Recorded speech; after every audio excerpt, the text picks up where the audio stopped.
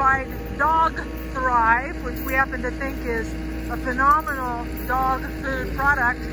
But what you don't know is what it takes for us to be able to get this product here from Mount Pleasant, Texas.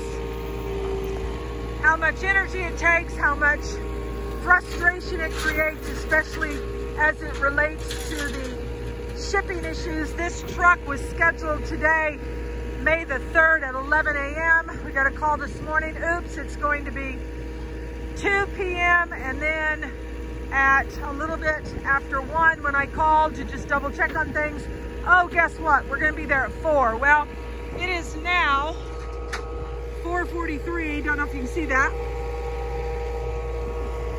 No, now you can see my steps. Oh, anyway, 4:43, and we're just now having the opportunity to start unloading our shipment of Thrive. So it's huge pain in the rear when the trucks can't show up on time. And then that requires multiple volunteers to be able to get this stuff unloaded so that we can make it available not only to our horses here at Rainbow Meadows, but to 8 distribution sites across Kansas and one even in Missouri, in the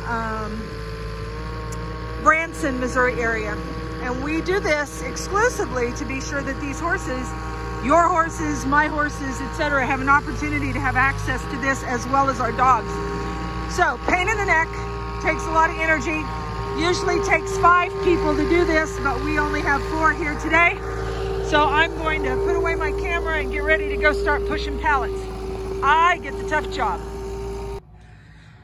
And why do we love Thrive? Well, if you look at these pictures, this just represents a small handful of the number of horses that we have been successful in rehabilitating with Thrive. That horse on the right, Dolly, she's the very first horse that helped get us introduced to Thrive in October of 2009. She was an animal that couldn't even stand up.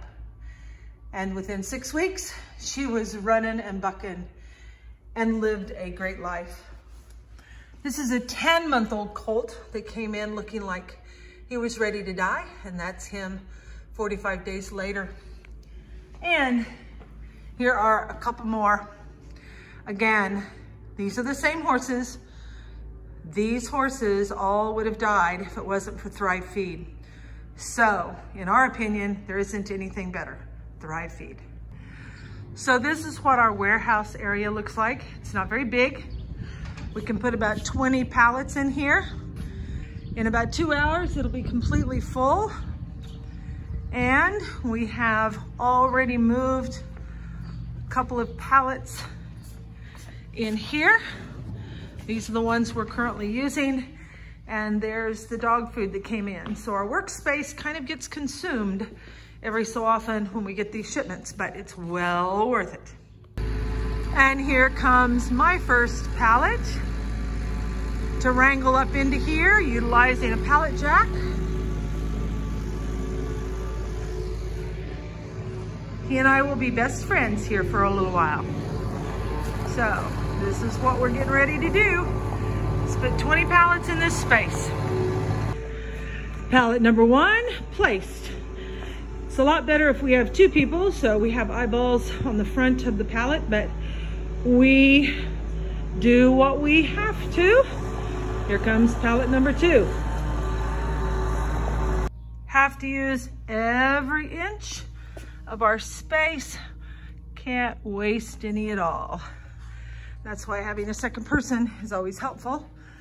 Okay, that one's in. You know, one of the frustration elements that comes with basically bringing in wholesale food is the damage that either happens at the manufacturing plant or, well, it can't happen with the shipper. So it has to happen, excuse me, when the manufacturing plant is loading them with their equipment, and then they send them to us, and then all of that eventually will start falling out because these are wrapped in plastic, shrink wrapped they call it. It's almost impossible to get down to that without opening up a big mess. So shipping damage just seems to be something that the shipping companies are okay about, and I certainly am not. So we have to inspect every pallet we get. Tons of fun. So part of this process that makes it real difficult is the way that they fail to palletize these suckers very well. The pallet is overstressed on this side by about 4.5 or 5 inches. Over on this side, it is short by about that same amount, maybe 3.5 inches. Anyway, what's the point of that? Well, it means on this side, not only is there risk of injury, but when I get ready to put the next pallet in, it's gonna have to be a gap there because of how crappy the palletization, which means the way they put the dadgum bags on the pallet itself. I know this is kind of boring for those of you who are going, where are the horses? But remember, if we're not feeding them, we don't have horses to show you. And a part of rescue is exactly this, work that you don't see behind the scenes. So things are getting a little bit tight in here. Thank goodness one of our night, evening, PM feeding crew offered to help, and she's getting a little bit of experience in pallet jacks and moving 1,000-pound pallets. Okay, let's move it forward. You're gonna have to go to your right, so turn it to the left. No, nope, left. Turn it to the left, yep. Turn it to the left, now push. Hard, yeah, now slow down. Okay, now check both sides and then get it straight because you're almost in the right position. But you need to go a little bit to your left. Nope, you're going to the right now. There you go. Okay, yep, you have to turn it in the opposite direction. Okay, there you go. Now square it away and push it in. Get it straight, it's not straight yet. You're going good. You'll have to pull it back and you'll have to straighten it up a little bit, but that's excellent. Good job, thank you, Allison. Okay, so 14 pallets are in. Got another 1, 2, 3, 4, 5, 6 to go. I'm getting too old for this crap, guys. Getting too old for this crap. 5 more to go. 5 more to go.